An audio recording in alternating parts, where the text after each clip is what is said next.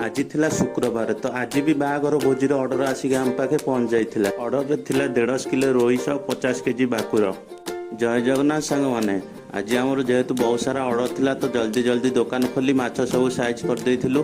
तापर आमर आसिक माछ गाड़ी पहुंच जाइथिला तो माछ सब मो सान भाई सह माछ गाड़ी पिला 2 जण मिसिकी माछ सब खाली करके साइज करिवार लागिथिले। सब साइज करि सारिया परे तांकर फास्ट 1.5 किलो रोही ओजन होइथिला। भाई कही जे भाई किसी भी खराई माछ देवनी। मु कहली भाई गोटे भी मो खराई माछ पाइबनी तो भोजी पूरा आज 1 नंबर हबो।